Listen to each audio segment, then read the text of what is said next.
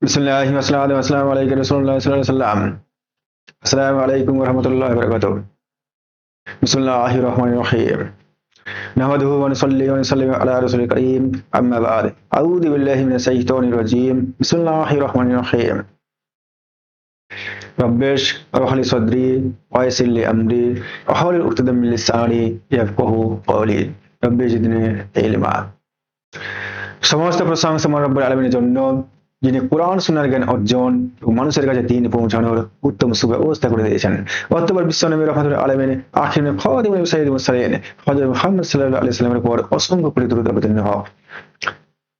আজকে আমরা হালাল ও হারাম সম্পর্কিত আলোচনা করব ইনশাআল্লাহ। আল্লাহ রাব্বুল আলামিন সূরা বাকারা 168 নম্বর আয়াতে বলছেন, ইয়া আইয়ুহান নাস, হে মানুষ, কুলু, তোমরা খাও, মিম্মা ফিল আরদি হালান তয়্যিবা, পৃথিবীতে যেসব হালাল এবং পবিত্র বস্তু আছে সেগুলো তোমরা খাও। ওয়ালা তাত্তাবিউ খুতুওয়াতিশ শাইতান, তোমরা শয়তানের পদাঙ্ক অনুসরণ করো না। ইন্নাহু লাকুম আদুম মুবিন, সে তোমাদের প্রকাশ শত্রু। তারপর আল্লাহ রাব্বুল আলামিন সূরা বাকারার 172 নম্বর আয়াতে বলছেন, ইয়া আইয়ুহাল্লাযীনা আমানু, হে ঈমানদারগণ, কুলু, তোমরা খাও, মিন তাইয়্যিবাত, হালাল ও পবিত্র বস্তু, মা রাযাকনাকুম, আমি তোমাদেরকে যে রিজিক হিসেবে দিয়েছি। ওয়াশকুরুলিল্লাহ, তোমরা আল্লাহর প্রতি শুকরিয়া আদায় করো, আল্লাহর প্রতি কৃতজ্ঞতা প্রকাশ করো। ইনি কুনতুম ইয়াহু তা'বুদুন, যদি তোমরা তারই ইবাদত করে থাকো। সূরা মুমিনুন, এরপরে আল্লাহ রাব্বুল আলামিন সূরা মুমিনুনের 51 নম্বর আয়াতে বলছেন, ইয়া আইয়ুহার রাসূলু, হে আমার রাসূলগণ, কুলু, তোমরা খাও, মিনাত-তাবাআত, হালাল ও পবিত্র বস্তু, আমালু সালিহাত, এবং সৎ কাজ করো। আল্লাহ রাব্বুল আলামিন সূরা বাকারার 168 নম্বর আয়াতে সমস্ত মানুষকে ডাক দিলেন। সূরা বাকারার 172 নম্বর আয়াতে আল্লাহ রাব্বুল আলামিন ঈমানদার দিগকে ডাক দিলেন। সূরা মুমিনুনের 51 নম্বর আয়াতে আল্লাহ রাব্বুল আলামিন তার রাসূল দিগকে ডাক দিলেন। ডাক দিয়ে বললেন, তোমরা হালাল ও পবিত্র বস্তু ভক্ষণ করো, হালাল ও পবিত্র বস্তু তোমরা খাও। আল্লাহ রাব্বুল আলামিন সমস্ত মানুষকে, ঈমানদার দিগকে এবং তার রাসূল দিগকে ডাক দিয়ে বলে দিলেন, তোমরা হালাল ও পবিত্র বস্তু ভক্ষণ করো। হালাল এবং পবিত্র বস্তু যদি ভক্ষণ না করো, যদি হারাম খাও, তাহলে সেটা শয়তানকে অনুসরণ করা হয় এবং শয়তান তোমাদের প্রকাশ শত্রু। শয়তান তোমাদেরকে জাহান্নামে নিয়ে চলে যাবে। এখানে আমি ইনশাআল্লাহ আলোচনা করব বর্তমানে যে সব হারাম বিষয়ের সঙ্গে মানুষ বেশি জড়িত, সেই সব হারাম বিষয় নিয়ে। আল্লাহ রাব্বুল আলামিন সুদকে হারাম করেছেন। কোরআনুল কারীমের অনেক আয়াতে আল্লাহ রাব্বুল আলামিন সুদকে হারাম করেছেন। সব থেকে কড়া আয়াত ব্যবহার করেছেন সূরা বাকারার 279 নম্বর আয়াতে আল্লাহ রাব্বুল আলামিন বলছেন, তোমরা যদি সুদ ছাড়তে না পারো, আল্লাহ এবং রাসূলের সঙ্গে যুদ্ধ করার জন্য তৈরি হয়ে থাকো। কোরআনুল কারীমে আল্লাহ রাব্বুল আলামিন যত পাপ বর্ণনা করেছেন, আল্লাহ রাসূল সাল্লাল্লাহু আলাইহি ওয়াসাল্লাম যত পাপ বর্ণনা করেছেন, সুদের মতো এত বড় পাপ আমি পাইনি যেখানে আল্লাহ এবং রাসূল যুদ্ধের ঘোষণা দিয়েছেন। তারপরে চলে আসি ঘুষের ব্যাপারটা। আল্লাহ রাব্বুল আলামিন সূরা বাকারার 188 নম্বর আয়াতে বলছেন, তোমরা কোনো কিছু অন্যায়ভাবে খাওয়ার জন্য মানুষ বিচারককে ঘুষ দিও না। তারপর আল্লাহ রাব্বুল আলামিন মদকে হারাম করেছেন। আল্লাহ রাব্বুল আলামিন কোরআনুল কারীমের 3 জায়গাতে, সূরা বাকারার 219 নম্বর আয়াত, সূরা নিসার 43 নম্বর আয়াত এবং সূরা মাইদার 90 নম্বর আয়াতে মদকে আল্লাহ রাব্বুল আলামিন হারাম করে দিয়েছেন। তারপর আল্লাহ রাব্বুল আলামিন শুকরকে হারাম করেছেন কোরআনুল কারীমের 4 জায়গাতে, সূরা বাকারা 173 নম্বর আয়াত, সূরা মাইদার 3 নম্বর আয়াত, সূরা নাহাল 115 নম্বর আয়াত এবং সূরা আনাম 145 নম্বর আয়াতে আল্লাহ রাব্বুল আলামিন শুকরকে হারাম করে দিয়েছেন। তারপর আল্লাহ রাব্বুল আলামিন যেসব গুরুত্বপূর্ণ বিষয় হারাম করেছেন, সূরা মাইদার 3 নম্বর আয়াতে আল্লাহ রাব্বুল আলামিন বলছেন, 1 নম্বর, মৃত জন্তুকে আল্লাহ রাব্বুল আলামিন হারাম করে দিয়েছেন। সমস্ত মৃত জন্তুকে, মৃত পাখিকে আল্লাহ রাব্বুল আলামিন হারাম করে দিয়েছেন, শুধুমাত্র 2টি মৃত বস্তু ছাড়া। 1 নম্বর, মৃত মাছকে হালাল করা হয়েছে। 2 নম্বর, মৃত পঙ্গপালকে হালাল করা হয়েছে। তাফসীর ইবনে কাসির। 2 নম্বর, রক্তকে আল্লাহ রাব্বুল আলামিন হারাম করে দিয়েছেন। জাহেলি যুগে কাফের মুশরিকরা রক্ত খেত, সেই প্রবাহিত রক্তকে আল্লাহ রাব্বুল আলামিন হারাম করে দিয়েছেন। তবে 2টি রক্ত আল্লাহ রাব্বুল আলামিন হালাল করেছেন, সেটা হলো কলিজা আর একটা হলো তিল্লি বা প্লীহা। 3 নম্বর, একটাকে বললাম শুকরকে আল্লাহ রাব্বুল আলামিন হারাম করেছেন। 4 নম্বর, আল্লাহর নামে যদি জবেহ করা না হয়, অন্য নামে জবেহ করা হয় বা আল্লাহর নাম না হয়, তাহলে যে সমস্ত জীবকে আল্লাহর নাম ছাড়া জবেহ করা হবে, সমস্ত জীবকে আল্লাহ রাব্বুল আলামিন হারাম ঘোষণা করেছেন। অর্থাৎ জবেহ করার সময় অবশ্যই বিসমিল্লাহ আল্লাহু আকবার বলে জবাই করবে, তাহলে হালাল হবে, না হলে হারাম হয়ে যাবে। 5 নাম্বার, তারপরে আল্লাহ রাব্বুল আলামিন শ্বাসরোধ করে মরা প্রাণী বা জীবকে হারাম ঘোষণা করেছেন। যেমন আপনাকে বলি, একটা গরুকে আপনি মাঠে খুঁটা দড়ি করে বেঁধে আসলেন, গরুটা গলায় প্যাঁচ লেগে শ্বাসরোধ করে মারা গেল, তার মাংস খাওয়া যাবে না, আল্লাহ রাব্বুল আলামিন হারাম করে দিয়েছেন। 6 নাম্বার, আপনি কোন গরুকে বা ছাগলকে প্রহার করতে করতে, আঘাত করতে করতে আপনি মেরেই ফেলেছেন, তাহলে এই প্রহার বা আঘাতে যেসব প্রাণী মারা যায়, সেইগুলোকে আল্লাহ রাব্বুল আলামিন হারাম ঘোষণা করেছেন। 7 নাম্বার, উপর থেকে পড়ে যেসব বস্তু মারা যায়, সেগুলোকে আল্লাহ রাব্বুল আলামিন হারাম ঘোষণা করেছেন। যেমন ছাদ থেকে একটা ছাগল পড়ে গিয়ে মারা গেছে, সেই ছাগলের মাংস খাওয়া যাবে না, আল্লাহ রাব্বুল আলামিন হারাম ঘোষণা করেছেন। 8 নাম্বার, সিংহের আঘাতে যদি কোনো প্রাণী মারা যায়, সেটাও আল্লাহ রাব্বুল আলামিন হারাম ঘোষণা করেছেন।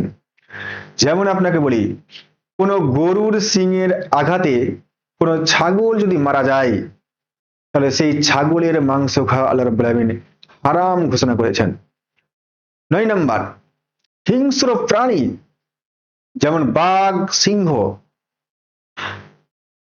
কোনো প্রাণীকে যেমন হরিণকে আঘাত করে শিকার করে তাকে মেরে ফেলেছে এবং অবশিষ্ট কিছু থাকলে সেই হরিণের মাংস আল্লাহ রাব্বুল আলামিন হারাম ঘোষণা করেছেন। 10 নম্বর, আল্লাহ রাব্বুল আলামিন মূর্তি পূজার বেদিতে যেগুলো পশু বলি দেওয়া হয় সেই সব পশুর মাংস হারাম ঘোষণা করেছেন, সে মাংস খাওয়া যাবে না। অর্থাৎ মূর্তি পূজার বেদিতে যেসব পশু বলি দেওয়া হয় সেগুলোর মাংস আল্লাহ রাব্বুল আলামিন হারাম ঘোষণা করেছেন। সূরা মাইদার 3 নম্বর আয়াতে এই 10 রকমের জন্তু আল্লাহ রাব্বুল আলামিন হারাম ঘোষণা করেছেন। আল্লাহ রাব্বুল আলামিন সূরা মাইদার এই 3 নম্বর আয়াতে বলছেন যে সব হালাল পশু যেমন গরু, ছাগল ছাদ থেকে পড়ে মারা যাওয়ার আগেই যদি তাকে জবেহ করা হয় আল্লাহর নামে, তাহলে সেগুলোর মাংসকে হালাল বলে ঘোষণা দেওয়া হয়েছে। এইরকম প্রত্যেকটি ক্ষেত্রেই হালাল জন্তু বা জানোয়ার যেগুলো রয়েছে যদি শ্বাসরোধ করে সে মারা যায়নি, মারা যাওয়ার আগে আপনি জবাই করতে পারেন, তাহলে তার মাংস হালাল বলে ঘোষণা করেছেন আল্লাহ রাব্বুল আলামিন। তারপরে কোন ব্যক্তির ক্ষেত্রে হারামটা হালাল হয়ে যায় আল্লাহ রাব্বুল আলামিন সেটাও বলে দিয়েছেন। আল্লাহ রাব্বুল আলামিন সূরা মাইদার 3 নম্বর আয়াতের শেষ দিকে এবং সূরা বাকারার 173 নম্বর আয়াতে বলেছেন,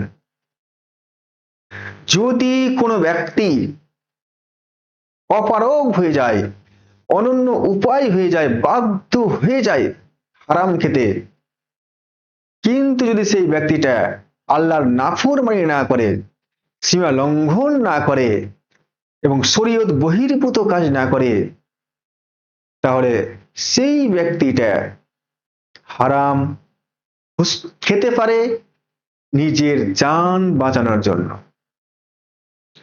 যেমন উদাহরণ দেই, কোন ব্যক্তি এতই গরিব যে 3 দিন 4 দিন 5 দিন ধরে না খেয়ে আছে, সে খাবার জোগাড় করতে সক্ষম হয়নি, কিন্তু তার প্রতিবেশীর একটা মুরগি মারা গেছে, মরা মুরগিটা বাইরে ফেলে দিয়েছে। এই যে 5 দিন ধরে ব্যক্তিটা অনাহারে আছে এবং সে মৃত্যুর ঝুঁকিতে রয়েছে, সেই ক্ষেত্রে সেই ব্যক্তিটা যদি আল্লাহর নাফরমানি না করে, আল্লাহর কোনো অবাধ্য নিষেধ করা কাজ যদি না করে, সে সীমা লঙ্ঘনকারী না হয়, শরীয়ত বহির্ভূত কাজ না করে থাকে, তাহলে সেই মরা মুরগিটা খেয়ে তার জান বাঁচানোকে হালাল ঘোষণা করেছেন আল্লাহ রাব্বুল আলামিন। কারণ আল্লাহ রাব্বুল আলামিন বলে দিয়েছেন সূরা নিসার 29 নম্বর আয়াতে, 29 নম্বর আয়াতে, ওয়ালা তাকতুলু আনফুসাকুম, তোমরা আত্মহত্যা করো না। এই যে নিজেকে আত্মহত্যা করা আল্লাহ রাব্বুল আলামিন নিষেধ করেছেন, হারাম করেছেন, কারণ আত্মহত্যাকারী স্থান জাহান্নাম। তাফসীর ইবনে কাসির। বা আপনাকে আরেকটা एग्जांपल দিই, হোমিওপ্যাথি ওষুধে প্রায় প্রত্যেকটা মেডিসিনে ঔষধে ইথাইল অ্যালকোহল থাকে, কিন্তু আপনার যদি কোনো অসুখ হয় এবং হোমিওপ্যাথির কোনো ঔষধ খেয়ে যদি আপনি বাঁচতে পারেন, তাহলে ঔষধ হিসাবে ওই ইথাইল অ্যালকোহলটা নেওয়া আপনার জন্য হালাল করা হয়েছে। তাছাড়া আপনার ইথাইল অ্যালকোহলকে, মদকে সর্বসম্মতভাবে আল্লাহ রাব্বুল আলামিন কিয়ামত পর্যন্ত মুসলিমদের জন্য হারাম করে দিয়েছেন। এই আল্লাহ রাব্বুল আলামিন এই কারণে বলে দিয়েছেন সূরা বাকারার 168 নম্বর আয়াতে, ওয়ালা তাত্তাবিউ খুতুওয়াতিশ শাইতান, তোমরা শয়তানের পদাঙ্ক অনুসরণ করো না। তোমরা যদি হারাম খাও তাহলে শয়তানের পদাঙ্ক অনুসরণ করছো, তোমরা শয়তানকে অনুসরণ করছো। আবার আল্লাহ রাব্বুল আলামিন উল্টা বলছেন, তাফসীর ইবনে কাসিরে আব্দুল্লাহ ইবনে মাসউদ রাদিয়াল্লাহু তাআলা আনহু হাদিসটা বর্ণনা করছেন, যদি কোনো ব্যক্তি হালালকে হারাম হিসাবে গ্রহণ করে তবুও সে শয়তানকে অনুসরণ করছে। যেমন আপনাকে বলি, আল্লাহ রাব্বুল আলামিন উটের মাংসকে হালাল ঘোষণা করেছেন। কেউ যদি উটের মাংসকে হারাম মনে করে এবং সেটাকে খাওয়া থেকে বিরত থাকে তবুও সে শয়তানকে অনুসরণ করছে। কারণ আল্লাহ রাব্বুল আলামিন যা হালাল করেছেন আপনাকে আমাকে হালাল হিসেবেই গণ্য করতে হবে, যা হারাম করেছেন আপনাকে আমাকে হারাম হিসেবেই গণ্য করতে হবে। তারপর আল্লাহ রাব্বুল আলামিন বলছেন, ইন্নাহু লাকুম আদুম মুবিন, শয়তান তোমাদের প্রকাশ্য শত্রু, অতএব তোমাদের শত্রুকে শত্রু হিসেবে গণ্য করো। সূরা ফাতির 6 নম্বর আয়াতে। অর্থাৎ হারামকে হারাম হিসেবে গণ্য করো, হালালকে হালাল হিসেবে গণ্য করো। আল্লাহ রাব্বুল আলামিন যা অর্ডার দিয়েছেন, নির্দেশ দিয়েছেন, সেটাকে সেইভাবে আপনাকে আমাকে মানতে হবে। যা আদেশ দিয়েছেন তা আমাদেরকে মানতে হবে, যা নিষেধ করেছেন সেটাও আপনাকে আমাকে মানতে হবে এবং তা থেকে বিরত থাকতে হবে। আল্লাহ রাসূল সাল্লাল্লাহু আলাইহি সাল্লাম সূরা বাকারার 168 নম্বর আয়াতের ব্যাখ্যায় তাফসীর ইবনে কাসিরে বলছেন, যে ব্যক্তি হারাম এবং সুদ খেয়ে শরীরের মাংসকে গঠন করলো তার জন্য জাহান্নামী শ্রেষ্ঠ স্থান এবং সেটাই তার জন্য একমাত্র যোগ্য স্থান।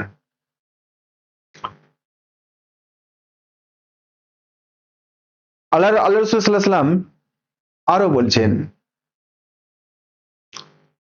তাফসীর ইবনে কাসিরে, যদি কোনো ব্যক্তি এক লোকমা খাবার হারাম খায় 40 দিন যাবত তার কোনো দোয়া কবুল আল্লাহ রাব্বুল আলামিন করেন না। অর্থাৎ দোয়া হলো সমস্ত ইবাদতের মগজ, অর্থাৎ তা আল্লাহ রাব্বুল আলামিন সেই ব্যক্তির 40 দিন পর্যন্ত কোনো ইবাদতই কবুল করবেন না। চিন্তা করুন, এবার যদি কোনো ব্যক্তি অনর্গল হারাম খেতেই থাকে আবার আল্লাহর ইবাদত করতে থাকে, তার ইবাদত কোনো কাজে আসবে না। আপনাকে উদাহরণ দিই, গাছের জড় কেটে দিয়ে পাতায় জল ঢাললে গাছ বাঁচবে? কখনোই বাঁচবে না। গাছটা যখন মরবেই। সেই রকম ব্যাপার যে আপনাকে প্রথমে আল্লাহ রাব্বুল আলামিন এই কারণে বলে দিলেন সূরা বাকারার 172 নম্বর আয়াতে, যদি তোমরা আমার ইবাদত করো তাহলে আগে হালাল এবং পবিত্র বস্তু ভক্ষণ করো, তারপরে আমার ইবাদত করো এবং আমার প্রতি তোমরা শুকরিয়া আদায় করো। এই কারণে ইনশাআল্লাহ আমরা হালাল ও পবিত্র বস্তু ভক্ষণ করব এবং আল্লাহ রাব্বুল আলামিনের খাঁটি ইবাদত করব, যাতে আল্লাহ রাব্বুল আলামিন গ্রহণ করে আমাদের সমস্ত ইবাদতকে। কারণ আল্লাহ রাসূল সাল্লাল্লাহু আলাইহি সাল্লাম বলে দিয়েছেন তিরমিজি শরীফের 2308 নম্বর হাদিসে, তোমাদের মধ্যে সর্বাধিক ইবাদতকারী ব্যক্তি সেই যে নিজেকে হারাম থেকে বিরত রাখে। ইনশাআল্লাহ আমরা হারাম থেকে বিরত রাখবো নিজেকে। আখির দাওয়ানা আলহামদুলিল্লাহি রাব্বিল আলামিন।